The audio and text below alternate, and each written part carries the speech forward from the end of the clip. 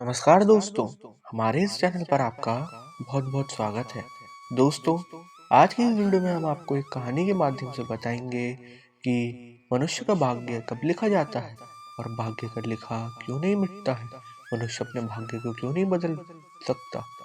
मित्रों, हमारे जीवन में कई बार ऐसे हालात पैदा हो जाते हैं कि कई बार हमें जटिल कार्य करना पड़ जाता है कि हम सफलता की मंजिल तक पहुंचते पहुंचते नीचे गिर जाते हैं। मित्रों, कई बार मनुष्य यह सोचकर बहुत मेहनत करता है कि वह अपनी मेहनत से सफलता को हासिल जरूर कर लेगा, लेकिन हासिल वही होता है जो उसके भाग्य में लिखा होता है।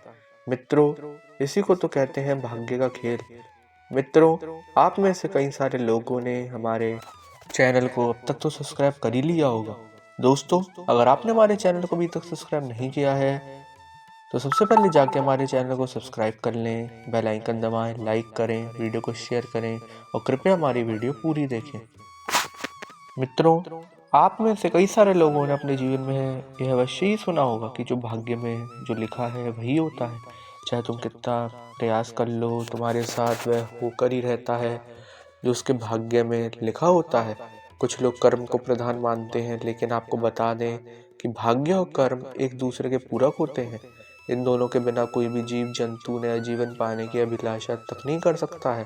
मित्रों, आप लोगों का ज़्यादा समय ना लेते हुए कहानी को शुरू करते हैं। मित्रों, एक बार भगवान श्री कृष्ण जी अपने सिंहासन पर विराजमान थे। तभी अचानक ही वहां पर देवी रुक्मणी आ जाती हैं और बड़े ही चिंतित मन से भगवान श्री कृष्ण जी से कहती हैं, हे प्रभु, आज मेरे मन में एक प्रश्न आपका विकराल रूप ले रहा है। तब भगवान श्री कृष्ण जी देवी रुक्मणी से कहते हैं, हे प्रिया, आप मुझे अपने उस प्रश्न को बताएं। आप मुझे बताएं, हम आपको उसके प्रश्न का उत्तर अवश्य देंगे।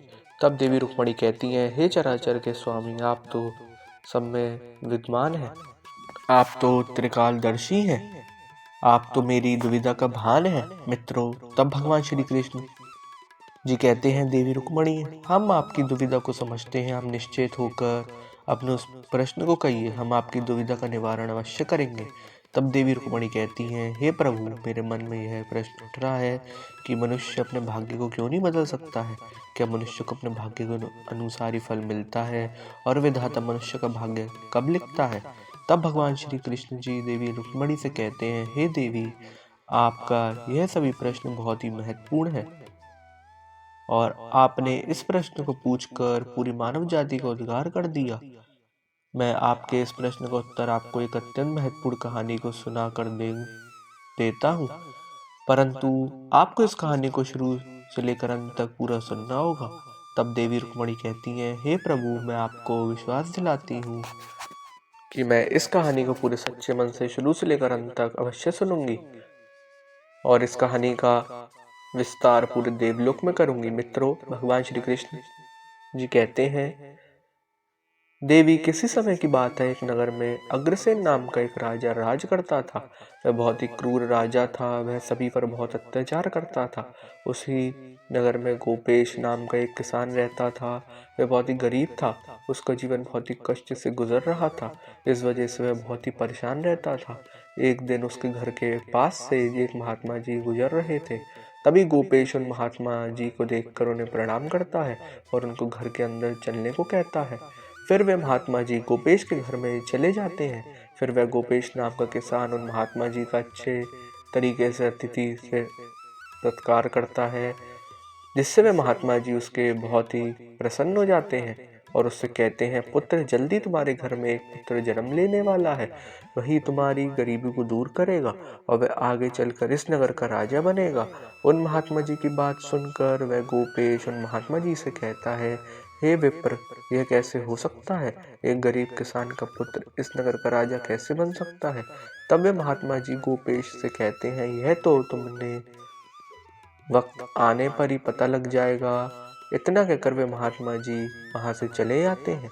धीरे धीरे ये बात पूरे नगर में हवा की तरह फैल जाती है कि गोपेश नाम के किसान के घर में एक ऐसे पुत्र का जन्म होने वाला है जो उसकी गरीबी को दूर करेगा और वह बड़ा होकर इस नगर का राजा बनेगा और यह बात उस नगर के राजा अग्रसेन को पता चलती है तो वह बहुत ही क्रोधित हो जाते हैं।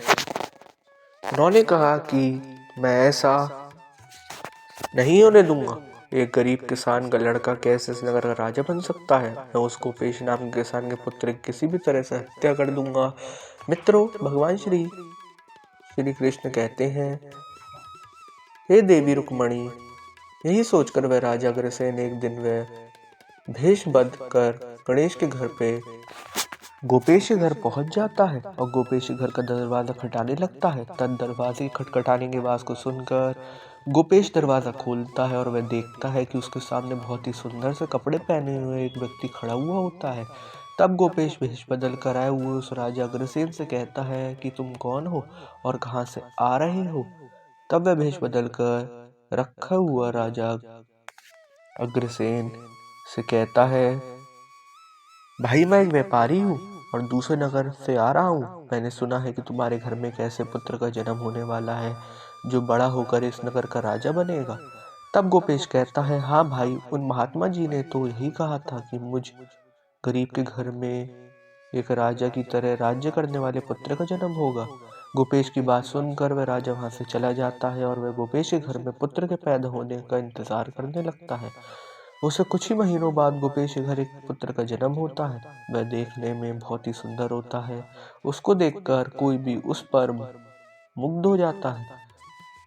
उसने उसका नाम देवेश रखा। गोपेश के घर में देवेश के जन्म होने के कुछ ही दिनों में किसान का घर खुशियों से भरने लगा। अब गोपेश को किसी भी चीज की कोई जरूरत नहीं थी। उसके घर में सब कुछ था जिसकी उसे जरूरत थी। अब देवेश 16 वर्ष की आयु का हो गया था। एक दिन गोपेश उन महात्मा जी की बातों के बारे में सोच रहा था कि मेरा पुत्र बड़ा तो हो गया, लेकिन पता नहीं वह इस नगर का राजा बनेगा या नहीं। इतने भी राजा अग्रसेन उसके घर के पास आकर रुक जाते हैं और उससे कहने लगते हैं कि क्या तेरे ही घर में इस नगर का राजा बनने वाली संतान ने जन्म लिया है। तब गोपेश जवाब देते हुए कहता है, हाँ महाराज, मेरे ही घर में इस नगर का राजा बनाने वाली संतान ने जन्म लिया है। फिर गोपेश के घर में उसका पुत्र निकलता है और वह राजा को प्रणाम करता है। तब राजा अग्रसेन अपने सैनिकों से कहते हैं, इसे बंदी बना लो। तब उस लड़के को राजा के सैनिक देवेश को बंदी बना के तब गोपेश राजा अग्रसेन के सामने जो हाथ जोड़कर बैठ जाता है और चीखते चिल्लाते हुए कहता है, हे महाराज, आप मेरे पुत्र को छोड़ दो, मेरा पुत्र निर्दोष है। लेकिन राजा अग्रसेन देवेश को छोड़ने के लिए तैयार नहीं होते हैं और उसे घसीटते हुए एक जंगली जानवरों के वन में छोड़ देते हैं। उस वन के जानवर बहुत ही खूंखार होते हैं। मित्रों, भगवान श्री कृष्ण कहते हैं, देवी उस नगर का राजा अग्रसेन अपने मन में सोचने लगता है कि इस वन में जो खूंखार जानवर रहते हैं वो इसको मारकर खा जाएंगे। फिर वहां से यह मरे हुए इस नगर का राजा बनेगा। लेकिन कहते हैं कि ना भाग्य का लिखा कभी नहीं मिटता। जब उस राजा ने देवेश को उस वन में छोड़ दिया, तब उसने अपने चाव के लिए कुछ तरकीब निकाली और वह उस वन से निकलकर वह एक नगर में पहुंचता। कई दिनों तक चलते चलते उसकी हालत गंभीर हो जाती है। अब तो उसे चला भी नहीं जा रहा था। इसी अवस्था में देवेश एक ब्राह्मण के घर में पहुंच गया और जमीन पर गिर गया। तब उसे एक ब्राह्मण उठाकर अपने घर के अंदर ले गया और भोजन कराया। तब उस ब्राह्मण ने देवेश से पूछा, हे पुत्र, तुम कहाँ से आ रहे हो और तुम्हारी ये हालत किसने की। तब उसने सारी कहानी कह सुनाई। तब ब्राह्मण ने उसे अपना शिष्य बना लिया और उसे अपने घर में रुकने के लिए कहता है। तब देवेश भी उनकी बात को मान लेता है। वह पढ़ने लिखने में बहुत तेज था। एक दिन वह ब्राह्मण अपने शिष्य को शिक्षा दे रहा था। उसके सभी प्रश्न का उत्तर देवेश तुरंत दे रहा था। तभी वहां से राजा अग्रसेन अपने रथ से गुजरने लगते हैं। वे देवेश को देखकर उसे पहली बार में पहचान लेते हैं कि वह उसी किसान का पुत्र है जिसे उसने खूंखार जंगली जानवरों से भरे वन में छोड़ दिया था। वह राजा देवेश को अपने पास बुलाता है और उससे कहते हैं, क्या तुम मेरा एक संदेश रानी जी के पास पहुंचा सकते हो। तब वह किसान का पुत्र कहता है, क्यों नहीं, मैं आपके महल में रानी के पास आपको यह संदेश अवश्य ही पहुंचा दूंगा। मित्र, भगवान श्री कृष्ण कहते हैं, हे देवी रुक्मणी। उसकी बात सुनकर राजा अग्रसेन देव को एक घोड़े पर सवार कर लेते हैं और राजा अग्रसेन भी अपने नगर की तरफ जाने लगते हैं। फिर देवेश को राजा के महल पहुंचते पहुंचते सुबह से शाम हो जाती है, तो वह एक वन के पास पहुंच जाता है। तभी उसे एक कुटिया दिखाई देती है। वह उसी कुटिया के अंदर बिना किसी की आज्ञा से घुस जाता है। तब उस कुटिया के अंदर बैठी हुई बूढ़ी काकी उससे कहने लगती हैं, अरे पुत्र, तुम कौन हो और तुम बिना मेरी इजाजत से मेरी कुटिया में कैसे घुस आए? तब वह देवेश जवाब देते हुए बोलता है, हे माँ जी, मैं इस नगर के राजा के महल में उसका एक संदेश देने जा रहा था और महल पहुंचते पहुंचते मुझे शाम हो गई, इसलिए मैं इस कुटिया के अंदर आ गया। तब उस बूढ़ी काकी को उस पर दया आ जाती है, लेकिन वह उससे कहती है कि तुम इस कुटिया में नहीं रुक सकते हो, अभी थोड़ी देर में चोर चोरी करके इस कुटिया में आने ही वाले हैं। तब किसान का पुत्र कहता है, माँ जी, मैं थोड़ी देर यहीं पर विश्राम कर लूं, जो होगा देखा जाएगा। मित्रों, भगवान श्री कृष्ण जी देवी रुक्मणी से कहते हैं, देवी। वह बूढ़ी काकी उस किसान के पुत्र की बात मान लेती है और देवेश विश्राम करने लगता है। फिर कुछ ही देर में उस कुटिया में कुछ चोर घुस जाते हैं और वह उस बूढ़ी काकी से उसके बारे में पूछने लगते हैं। तब वह बूढ़ी काकी कहती है कि यह बहुत ही समझदार और संस्कारी लड़का है। फिर वह सैनिक देवेश की जेब में देखते हैं कि उन्हें एक पर्चे पर एक संदेश लिखा हुआ था, जिसे पढ़कर वे सभी चोर दंग रह आते हैं। तब वह बूढ़ी काकी उन चोरों से पूछती है कि पर्चे में क्या संदेश लिखा हुआ है। तब उन चोरों में से एक चोर उससे कहता है कि पर्चे में तो इस लड़के को मारने के लिए लिखा है कि रानी, जैसे ही लड़का तुम्हारे पास पहुंचे तभी तुम इस लड़के को जान से मार डालना।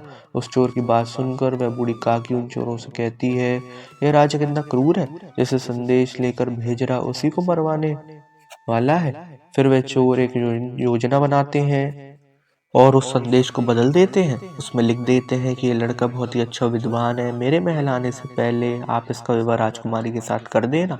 इतना लिखकर वह चोर वहां से चले जाते हैं और फिर सुबह वह किसान का पुत्र उठकर उस बूढ़ी काकी का धन्यवाद करता है और फिर देवेश आगे का सफर तय करने लगता है। कुछ ही देर में वह राजा के महल में पहुंच जाता है और रानी को राजा का संदेश दे देता है, जिसे पढ़कर रानी बहुत ही आश्चर्यचकित रह जाती है। परंतु उस पर्चे पर राजा अग्रसेन का मुहर देखकर रानी बहुत ही खुश हो जाती है और उस किसान के पुत्र का विवाह राजकुमारी से कर देती है। कुछ दिन बीतने के बाद जब राजा अग्रसेन महल पहुंचते हैं तो वे देखते हैं कि उन्होंने जिस लड़के को मारने के लिए भेजा था उसका विवाह राजकुमारी से हो गया है। इस पर राजा अग्रसेन रानी पर चिल्लाते हुए बोले, मैंने तुम्हें यह संदेश भेजा था कि जैसे ही ये लड़का तुम्हारे पास आए तुम इसकी हत्या कर देना, लेकिन तुमने यह क्या किया, तुमने इसका विवाह राजकुमारी से करवा दिया। तब रानी जवाब देते हुए बोली, आपने ही तो इस लड़के के हाथों में संदेश लिखकर भेजा था कि जैसे ही वह यह लड़का तुम्हारे पास आए तुम इसका विवाह राजकुमारी से कर देना, और उस पर्चे पर आपकी मोहर भी लगी हुई थी, तो मैंने आपकी आज्ञा का पालन किया है। मित्रों, भगवान श्री कृष्ण कहते हैं, देवी रुक्मणी, आज अब राजा अग्रसेन को विश्वास हो चुका है कि भाग्य का लिखा कभी नहीं मिटता। चाहे हम जितने भी प्रयास कर लें, लेकिन होता वही है जो हमारे भाग्य में लिखा होता है। मित्रों, भगवान श्री कृष्ण कहते हैं, हे देवी रुक्मणी, अब तो आपके प्रश्न का उत्तर मिल ही गया होगा। तब देवी रुक्मणी जी कहती हैं, प्रभु, आपने मुझे बहुत ही महत्वपूर्ण ज्ञान दिया है, मैं इस ज्ञान का विस्तार पूरे ब्रह्मांड में करूंगी। मित्रों, कहानी अच्छी लगी हो तो वीडियो को एक लाइक जरूर अवश्य करें, और अगर आपने हमारे चैनल को अभी तक सब्सक्राइब नहीं किया है तो सबसे पहले जाके हमारे चैनल को सब्सक्राइब कर लें। अगर आप हमारे चैनल पर नए आए हो तो ऐसे ही ज्ञानवर्धक कहानियाँ सुनने के लिए आप सभी लोग हमारे चैनल को भी सब्सक्राइब करें और साथ ही साथ कमेंट बॉक्स में जय श्री कृष्ण लिखना ना भूलें। मित्रों, वीडियो को यहाँ तक देखने के लिए आप सभी लोगों का दिल से धन्यवाद। जय श्री कृष्ण दोस्तों।